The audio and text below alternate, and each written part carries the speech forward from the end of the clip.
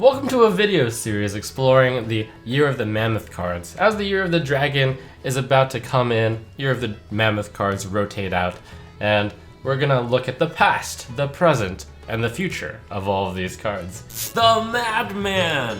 And let's just get started with a bang, shall we? Gen Greymane and Baku the Moon Eater rotate out into the Hall of Fame. Not Year of the Mammoth, but Hall of Fame special, and those two cards are going to be the big part of the neutrals right there, since along with those rotations, Odd Mage, Odd Rogue, Odd Paladin, Odd Warrior, even Paladin, even Warlock, even Shaman in the past. Those are all things of the past. So those are huge deals, and much of the last year was spent playing with odd and even decks. What started as a novelty ended up being everywhere. But now let's explore the actual sets of Year of the Mammoth. We're almost there. Quiet down, everyone. This is not like any of our previous expeditions. This will be far more ambitious.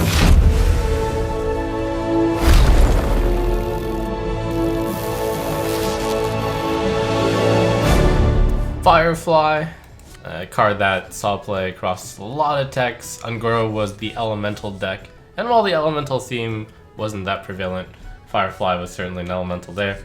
Firefly, just a really good one-drop across many different tempo / mid-range decks. It is going to be difficult to find another one-drop as good as this. Notably great with Rogue as well. Odd Rogue used it a lot because it was not only a good one-drop, but activated its combos. You guys remember Quest Rogue? Glacial Shard was really good there. Galactic Crawler? While we're talking about the past, this little guy saved the meta from patches. Well, not saved, but was an excellent tech against all the patches that came out. With the loss of Devilsaur Egg, a lot of the Death Rattle decks, Hunter and Rogue in particular, are going to be struggling to find a good Death Rattle to activate again. But nothing like the good old turn 2 or 3 Egg, followed by Terrascale Stalker from Hunter. Gladness Ooze, the tech card of choice against most aggro decks with weapons. The 1 extra mana was worth it for the extra health. You know, Humongous Razor Leaf, which I rated highly, was actually used in Silence Priest for a while. There was a time where Humongous Razor Leaf teamed up with Purify, and everyone was like, oh, then bro, you're a genius, this is why Purify was printed. Oh. Well, yeah, really cool card given how many stats it has for the mana. And Stonehill Defender and Tar Creeper. Boy, these two were really nice anti-aggro tools. So good that aggro often actually ran Tar Creeper as an anti-aggro tool. Friendly card, doesn't hit very hard, but just defends against minions. A lot of stats, 8 stats for 3 mana with Taunt is just a lot. And then the Stonehill Defender, notably an odd Paladin because you got to discover all the legendaries with Taunt and Paladin. So much value, it's gonna be tough to find replacements for these guys. Vicious Fledgling, card that really ramped up aggro early. Stop it, turn it comes out, otherwise you feel the pain. Bright-Eyed Scout saw a little bit of play. In Big Druids, as you ramped, you could play Bright-Eyed Scout, and sometimes you draw your Ultimate Infestation at 5 or whatnot. Also used in Spiteful decks at times. Fireplume Phoenix a little bit in the even decks. Gentle Megasaur, a great card for the Murloc decks. This page is such a powerful page. Umbra from the Q block, as well as other Death Rattle type things. Death Rattle Hunter, Death Rattle Rogue sometimes. Tulvier Stone Shaper, nice elemental card. Elemental decks never took off, but the rotation of these neutral cards is going to ensure that Elementals doesn't take off unless the next set happens to provide a lot of Elementals. Really strong defensive tool for the decks that have the Firefly and the Tar Creeper if they decide to run Stone Shaper. Often Quest Rogue with the Glacial Shard also. Bittertide Hydra, strong aggro / mid-range. Famous for, you know, Volcano 1 turn killing yourself. At least the Trailblazer, used in decks that go really long, like Control Warrior or Control Priest. Sometimes you could Shadow Visions the UNGORO pack. Nesting Rock, just a decent mid-range beast. Hemet Jungle Hunter, my reveal card from UNGORO. ended up being way bigger, especially at the end of this season. Being able to get rid of the stuff in your Mechathune Priest deck. When he first came out, actually used in Burn Mages to be used for its main purpose, to weed out all the trash in your deck and then just get the Fireballs and I believe the Firelands portals at the time. Blaze Color was a strong reason to play Elemental decks, but Elemental decks never quite ended up being strong enough to justify the Blaze. Stormwatcher actually saw a decent amount of play, surprisingly, just because of Corpse Taker. It's the token Wind Fury guy. Corpse Taker didn't end up seeing much play with Stormwatcher only because Stormwatcher is 7 mana, but for the decks that weren't even, Stormwatcher was usually the Wind Fury of choice. And then we have the Big Beast, Charged Devilsaur. A lot of different ways to cheat this guy out with beasts, resurrect beasts, recruit beasts, and this guy, when recruited, has charge and doesn't get the battle cry. Primordial Drake, a strong dragon rotates out, strong end game control dragon. There weren't that many dragons in this particular standard block, and this was one of the strong ones. And who can of course forget Ultrasaur, kind of the mascot of UNGORO, and one of my bet losses. So quick recap of the UNGORO stuff. Elementals were a big part, and the elemental package rotates out completely. Devilsaur Egg invalidates most of the Death Rattle results, and control decks are going to be struggling to find a better answer than Stonehill Defender and Tar Creeper to defend against Dagger. Always remember that power is a double-edged blade. One side light, the other dark. Power alone is not to be feared. Fear instead those who wield it.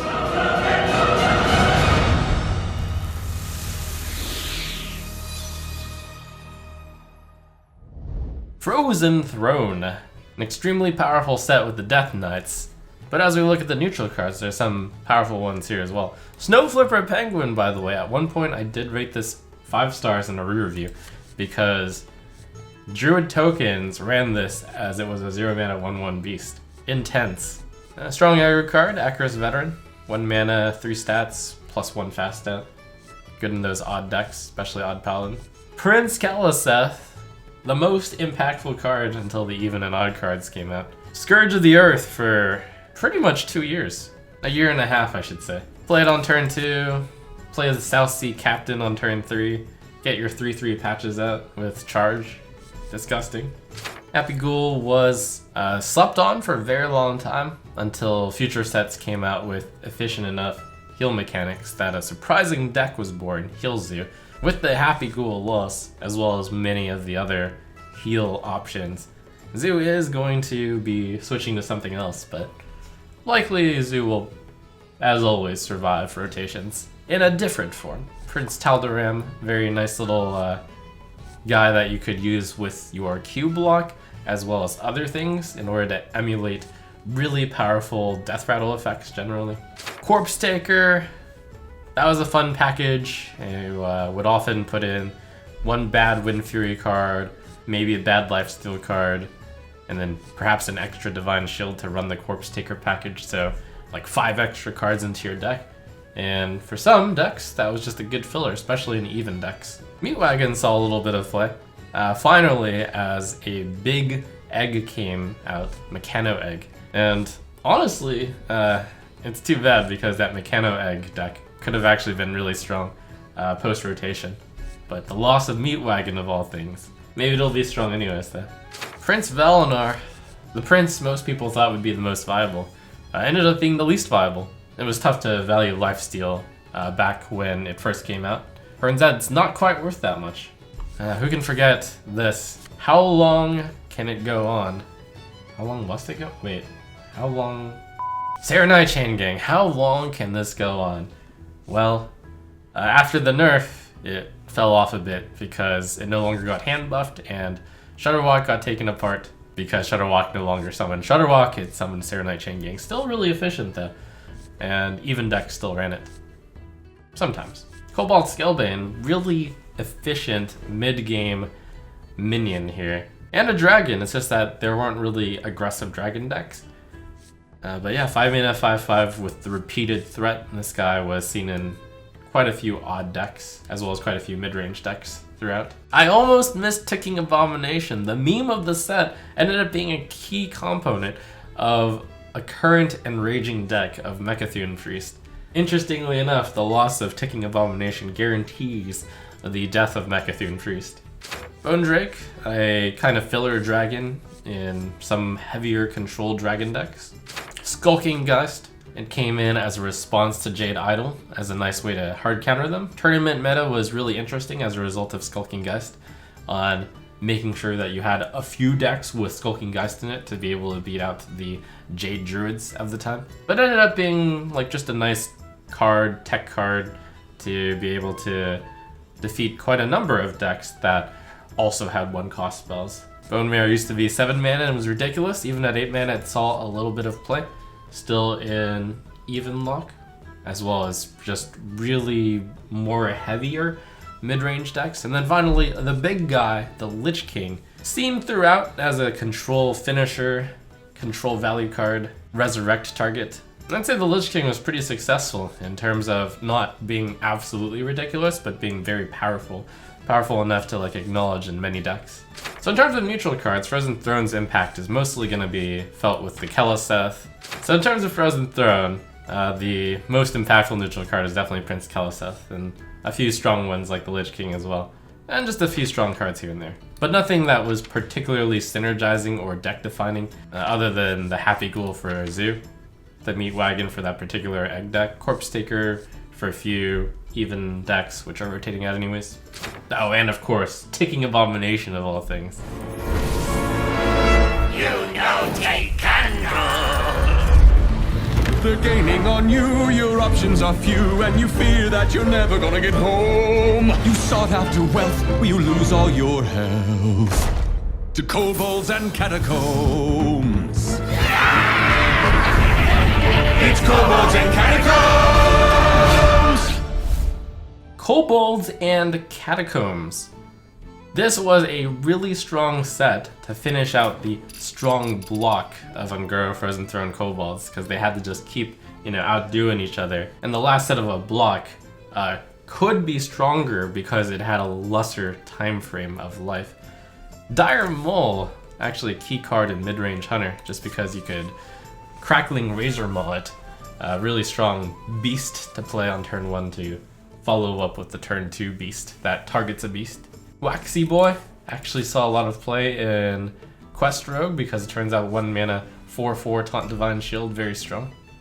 Plated Beetle, nice 2 mana defensive card for control decks. Excellent even luck filler card for the 2 spot. Odd Paladin had so many minions that Boisterous Bard often saw play in it. Fungal Enchanter, one of the things that enabled Heal Zoo. Efficient 3 mana 3/3 that healed the field of Zoo while also making the Happy Glow cost 0 and also buffing Light Warden by a lot. I was going to suggest that with the loss of Tar Creeper and Stonehill Defender, Lone Champion might see a lot of play. But Lone Champion is also rotating out, and Lone Champion was basically overshadowed by both of those options. Void Ripper ended up being a really useful tech card when Doomsayer was prevalent in the meta. Mid-range and aggro decks could just play the Void Ripper, kill the Doomsayer while still swinging in. Really efficient to have a 3 mana 3/3 basically deal 7 damage. Zola the Gorgon. Another one of my reveal cards, which ended up being very powerful. Zola the Gorgon was in Quest Rogue. Zola the Gorgon was good with the Quest Priest to get the reward again. Shutterwalk, in order to be able to be a Shutterwalk enabler and getting another Shutterwalk back in your hand when you played Shutterwalk. Odd Mage, in order to play another Janala. Just an ultimate value card, and sometimes in order to do some combos, having a second copy is really, really useful. OTK Paladin, speaking of combos, in order to get another copy of a Death Knight into your hand. Cursed Disciple, a really notorious arena card, as so much value, but also a little bit of play in the Quest Druid. All the quests are rotating out, of course, but this one activated the quest twice for Druid. Pretty nice. There were very few dragons again in this particular standard block. So few dragons that some Ebon Dragonsmith was actually considered in dragon decks. Dream Brewer, really nice even lock card. It's efficient enough of a heal card that it did see play in those control decks that needed health at the end. In Heal Zoo, most people played Life Drinker over it. Darkness actually was a fun little tech against Kazakus, which was in the same set for a little bit of time, but ultimately pretty pointless, but awesome. Arcane Tyrant, a really powerful card slipping into Big Spell Mage, Odd Mage, all the Druids because of Ultimate Infestation and Nourish, and Spreading Plague. Carnivorous Cube, notorious in all the Death Rattle decks. If you activated the Cube's Death Rattle, you sometimes got like quadruple. Play Dead plus Cube equals 4 times the thing you cubed. Incredible. Cheat out the Doom Guard with your Skull of the Minari. Cube it, Dark Pack the Cube. Attack for 15. Fungomancer. It's kind of like the top end for aggro where you have the minion advantage and you need to push in for extra damage, or just mid-range. Fungomancer ended up being the card of choice after Bone Mare was nerfed. And the reason why Fungomancer and Bone Mare weren't run at the same time is because having too many cards that rely on having minions already out in the field is perhaps too much. But Fungomancer ended up being a fine replacement, second best to Bone Mare. Shroud Gloom Eater saw a little bit of play in Taunt Druid, as well as general Oakheart pools. Nice 1 mana, 1 attack guide to pull. Welcome to a nerfed page of Corridor Creeper. This thing used to be 5/5, unbelievably, and even after the nerf, it did see play on Odd Paladin because it turns out that a 0 mana 2/5 is still good. So many memes of the Corridor Creeper. It was a sleeper. Silver Vanguard actually saw a little bit of play during the Katharina era.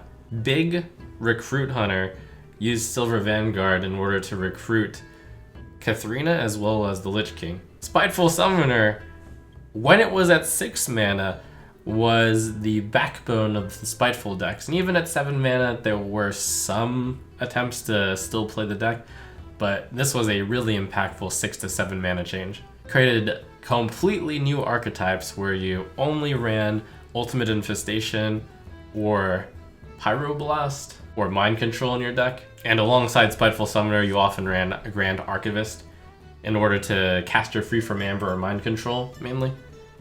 But even in Spiteful Druid, you would just put in Grand Archivist and Ultimate Infestation would target randomly, but still be a good result, pretty much.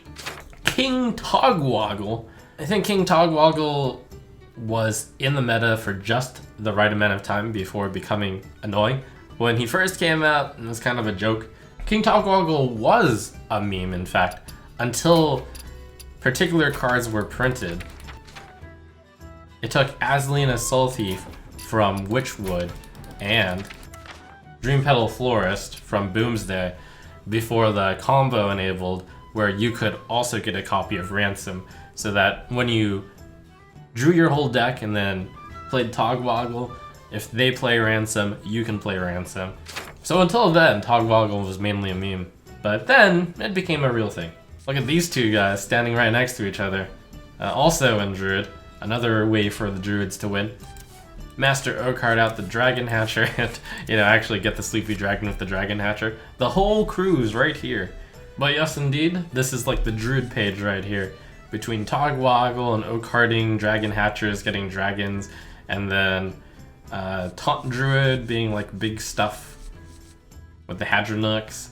These are some cool big cards. Currently, Master Oakheart is the big card driving Wall Priest, since you get so much value with Master Oakheart getting a newly printed card, Mosh Og Enforcer. Mosh Og Enforcer's play is going to plummet as Master Oakheart rotates out. So as a recap of all of these cards rotating out, what decks are getting invalidated? And note that this is just by looking at the neutral cards. As we look into the class cards, more and more decks are going to become invalidated completely. And this set rotation is going to be really, really big. Because this particular set of 3 sets was extremely strong. So I mean, we've got the Togwaggle, we've got the Spiteful, we've got Taunt, Druid. That's just the Druid stuff right there. Speaking of big stuff, Charged Devilsaur was yet another way for Druid to actually win, while I'm talking about decks that are invalidated just off of neutral cards. But I was also looking at Hunter. Big Beast Hunter recruited a bunch of Devilsaurs as well, and that's no longer going to work. And while we're on the topic of Hunter, Devilsaur Egg, a major version of Hunter, doesn't work anymore. While I'm on the UNGORO page, Elemental Mage, for whatever amount of time it was, obviously doesn't work. Gentle Megasaur was a big Murloc enabler, and there were a number of decks out there that had Gentle Megasaur. Murloc Mage was actually a mage. Murloc Mage in particular ended up being an archetype, mostly because Mage had cards that drew minions really efficiently, as well as just drew a lot of cards. Aluneth. Other class that featured Murlocs is Paladin, because Hydrologist is a good Murloc. Megasaur is in that quite a bit as well. As I alluded while we were talking about Paladin, the loss of Meatwagon hurts the control Paladin Death Rattle archetype quite a bit. For Priest, I've mentioned that wall deck, but hilariously taking Abomination kills off Mechazoo. The loss of Devilsaur Egg also invalidates the Rogue Death Rattles. What the Death Rattle decks are going to look for is an insanely powerful Death Rattle effect, which is inexpensive on a bad minion, in order to bump the Death Rattle effect to really good. As we lose UNGORO, I mentioned that Mage Elementals get hit, but of course Shaman Elementals also get hit. Those were the two main Elemental classes. And finally, to recap, the main other thing that changes as a result of the neutral cards, just looking at neutrals, is Healzoo, losing the Happy Ghoul. And I stated it at the beginning, but once again, Baku and Gen, those two rotating out just invalidates 6 decks right off the top, or 7, depending on how many of these you consider viable. About 3 viable even options between Shaman, Paladin, Warlock, and about 4 viable options for Baku, Warlock, Warrior, Mage, and Rogue, arguably Hunter. So we can see that the rotation of even just the neutral cards would be a very, very big deal. So now as we look into the future, what neutral cards are going to be the backbone of decks? Though we haven't seen very many of these, there are still 3 sets of neutral cards. And I gotta admit, in the past year when I've been building decks, I looked through all the neutral cards and oftentimes I can only find a few. But now that the power sets are much lower, maybe a few of these neutral cards will start seeing play again. About the only powerful neutral from this page is Henge Clan Thug. And Rogue could have a pretty good baseline off of Henge Clan Thug as well as the Pirates. Yeah, this page is mostly uninspiring as well. This page is pretty uninspiring as well, other than Scaleworm. Notably, there was a small amount of Dragon theme in Rumble, so Scaleworm is still in play. Maybe Swift Messenger is finally good enough to take up the mantle. Voodoo Doll was / is pretty good in Mage, although with Jaina rotating out, Frostage Jaina, perhaps you still just stick with the Polymorph. And with many of the big spell Mage things rotating as well. Witchwood Piper, efficient way to search out the lowest cost minion. Could still be good. Rotten Apple Bomb and Witchwood Grizzly will these be the replacement to Tar Creeper and Stonehill Defender for defending against aggro? Mossy Horror, still a really good answer to wide aggro boards. Countess Ashmore, will this finally be her time to shine? As we will continue to see rush options, lifesteal options, and death rattle options. I wouldn't be surprised if the answer was actually yes. While Witchwood didn't have much of a unifying theme in neutral, Boomsday has a pretty unifying theme, mech. And the question is, will these mech and magnetic cards be good enough to see play? I still think the answer is no, but maybe in select few classes, if the mech theme is expanded on, there's a decent mech base. I'm flipping through these pages, so far nothing has been worth mentioning, right? And Crystallizer, 1 mana, 1/3. Mecharoo, still a decent 1-drop. With the loss of Firefly and Dire Mold, these two will probably see a bit of play in early game decks as the early game play. The Omega cards With the loss of infinite value, perhaps the Omega Defender, which I'd actually considered playing in a few decks. Like, maybe this is good now? But just like a mental note to re-look at this when we get to Warlock, because the big value Omega Agent was overshadowed by all the infinite value that you could get in other decks. But maybe this is good now.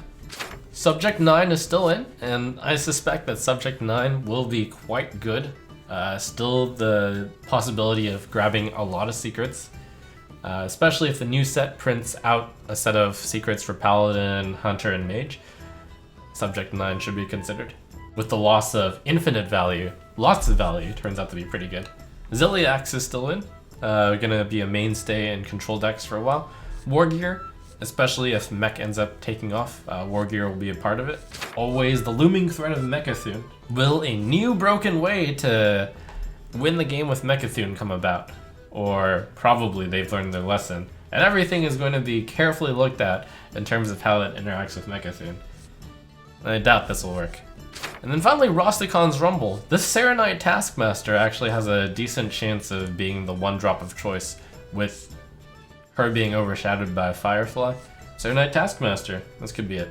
With the loss of Tar Creeper and Stonehill Defender, Belligerent Gnome also steps up as a potential answer to aggro decks. Probably only if there were a lot of early game minion decks, but maybe. Fire Tree Witch Doctor is still here as a baseline dragon. Sharkfin Fan is still here as a baseline alongside Hench Clan Thug for rogues attacking. Mass Contender is still here alongside Subject 9. Ticket Scalper is still here for the rogue of the pirates. And then some big dragon synergy in Crowd Roaster. Strong Dragon and Dragon Maw Scorcher. And you've also just got the Strong Undasta slash Amani Warbear. These two naturally go with each other, and in fact did go with each other in Odd Warrior. Though there's the elements of a strong Undasta slash Beast package and Dragon package that will be the baseline of these sets, but also there will be so many fewer cards that I wouldn't be too surprised if Grifta, which I had said is like on my top 50 list for a number of decks, maybe Grifta actually manages to make it into the top 30 where Yeti Plus is good enough. It'll be an interesting meta where cards that you normally just passed right by, like Halftime Scavenger, is this the replacement for Plated Beetle as a nice stabilizing element while also having reasonable stats? More room, of course, for a card that's already been played in the case that there are more control or combo decks. Mojo Master Zihi will see a lot more play if the meta ends up being decks that rely on getting to the late game. Even Snapjaw Shellfighter could see play if the meta moves into more minion versus minion combat. Snapjaw Shellfighter is a really sneaky way of winning the minion versus minion combat. So of the neutral cards, when the old sets rotate out and the new set rotates in, I would look to Rumble for some of the strongest neutral cards, and there's the baseline for big beasts, dragons, attacking, there's some mechs, and then overall, just as the purpose of neutral, there's some just decent 3 mana 3/4s, 4 mana 4/5s to fill out your deck with.